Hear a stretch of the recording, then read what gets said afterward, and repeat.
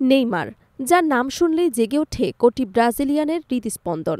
দীর্ঘ ইনজুরির পর এবার মিলল সেই প্রতীক্ষার সুখবর। আনচেলত্তির পরিকল্পনায় নেইমার আবারও আলো ছড়াতে চলেছেন ব্রাজিলের জার্সিতে। নেইমার ভক্তদের জন্য এটি নিঃসন্দেহে এক বিরাট খবর। ব্রাজিল কোচ কার্লো আনচেলত্তির দলে নেইমারের অন্তর্ভুক্তির সূর্যটা যেন আরও উজ্জ্বল হয়ে উঠেছে। আনচেলত্তি নেইমারের ফিটনেস এবং তার অদম্য দক্ষতা বিবেচনা করে তাকে এবার ফলস লাইন হিসেবে খেলানোর পরিকল্পনা করছেন। নেইমার নিজেও সান্তোসের হয়ে আসন্ন ম্যাচে এই নতুন ভূমিকায় নামতে আগ্রহ প্রকাশ করেছেন এবং ক্লাব কোচও সেই সিদ্ধান্তের সমর্থন দিয়েছেন। ফলে নতুন এক অধ্যায়ের সূচনা হতে চলেছে নেইমারের ফুটবল জীবনে। ব্রাজিলিয়ান সমর্থকদের মনে এখন একটাই প্রশ্ন, কবে ফিরবেন তাদের প্রিয় তারকা? কেউ বলেন চোট, কেউ বলেন বয়স, আবার কেউ মনে করেন নতুন প্রজন্মের ভিড়ে হারিয়ে যাচ্ছেন পুরনো রাজপুত্র। কিন্তু আনচেলত্তি এই ধারণা ভুল প্রমাণ করলেন।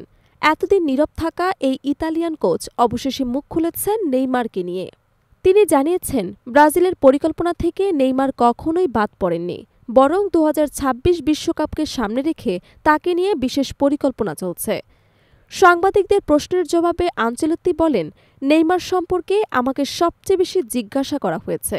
এটার স্বাভাবিক কারণ, সে ব্রাজিল ফুটবলের আইকন। আমরা সবাই চাই তার সেরাটা ফিটনেসে ফিরে আসুক। তিনি আরও বলেন, বর্তমান ফুটবলে শুধু প্রতিভা নয়, শারীরিকভাবে সুস্থ থাকা, উচ্চ তীব্রতায় খেলা খুবই গুরুত্বপূর্ণ। আমরা বিশ্বাস করি নেইমার ফিটনেস ফিরে পেলে আবারও দলের সেরাটা দিতে পারবে।